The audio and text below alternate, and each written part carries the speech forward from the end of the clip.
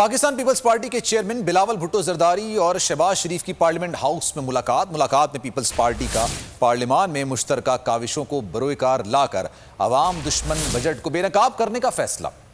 شہباز شریف نے بھی حکومت کو بجٹ پاس کروانے کے خلاف ٹف ٹائم دینے کا فیصلہ کر لیا، جبکہ بلاول بھٹو زرداری کہتے ہیں کہ ہم نے مل کر اس بجٹ اور نالائق نااہل حکومت کا مقابلہ کرنا ہے۔ سیاسی مخالفین بجٹ کے معاملے پر یکجا، اختلافات بھلا کر ساتھ چلنے پر اتفاق۔ بلاول بھٹو اور شہباز شریف کی پارلیمانی ہاؤس میں بڑی بیٹھک۔ ملاقات میں پیپلز پارٹی کا پارلیمان میں مشترکہ کاوشوں کو بروئے کار لا کر عوام دشمن بجٹ کو بے نقاب کرنے کا فیصلہ کیا گیا۔ اپوزیشن کی مشترکہ حکمت عملی کے حوالے سے تبادلہ خیال ہوا۔ میڈیا سے گفتگو کرتے ہوئے شہباز شریف بولے، حکومت کو بجٹ پاس کروانے کے خلاف ٹف ٹائم دیں گے۔